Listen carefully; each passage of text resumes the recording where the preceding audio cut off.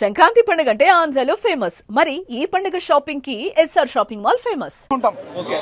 So expectations పెట్టుకోకుండా వస్తే better. And Ram Charan character అయితే చాలా బాగుంది. అండ్ ఎస్జే సూర్య క్యారెక్టరేషన్ బాగుంది. స్క్రీన్ ప్లే రొటీన్ అనిపిస్తుంది, మనకి రెగ్యులర్ కమర్షియల్ ఫిల్మ్ లానే అనిపిస్తుంది. బట్ కానీ రామ్ చరణ్ మాత్రం చాలా క్లాసిక్గా ఉంటాడు సినిమాలో. చాలా బాగుంటాడు, చాలా క్లాసిక్గా చాలా బాగుంటాడు.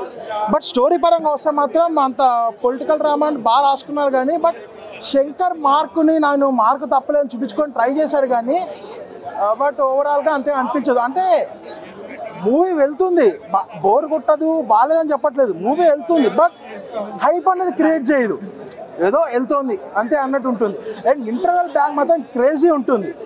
ఇంటర్వెల్ బ్యాంగ్ అయితే మాత్రం చాలా అంటే చాలా క్రేజీ ఉంటుంది. అండ్ ఎస్పెషల్లీ బెస్ట్ క్యారెక్టర్ ఏంటంటే అప్పన్న క్యారెక్టర్. స్క్రీన్ టైం తక్కువ ఉన్నా సరే అప్పన్న క్యారెక్టర్ అనేది చాలా అంటే చాలా బాగుంటుంది.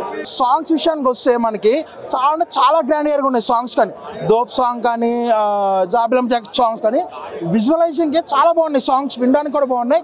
అండ్ బ్యాక్గ్రౌండ్ మ్యూజిక్ కూడా చాలా బాగా వర్కౌట్ అయ్యింది. బట్ మిస్ అయ్యేది ఎక్కడంటే శంకర్ మీ ఎక్స్పీరియన్స్ పెట్టుకోకుండా రండి. ఈ సినిమా శంకర్ తీసాడు అనుకోకండి, వేరే కొత్త డైరెక్టర్ స్టోరీ బాగుందన్న, స్టోరీ బాగుంట్లా. ఇప్పుడు కొత్త డైరెక్టర్ తీశాడు అన్నట్టు అనిపిస్తే సినిమా నచ్చుతుంది అంతే.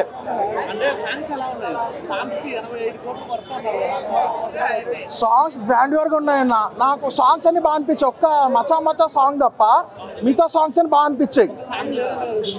ఒక సాంగ్ లేదు, ఇప్పటికే ఏదైనా సాంగ్ కూడా పెడితే ఏంటంటే సాంగ్ అది లేకపోవడం బెస్ట్ అనిపించింది. వినయ్ విజయ్ రామకి దీనికి చాలా తేడా ఉందన్న. వినయ్ విజయ్ రామ కంటే 1000 రెట్లు బెటర్. అది ఏంటంటే అందులో మాసీగా ఉంటాడు, ఇంత క్లాసీగా ఉంటాడు.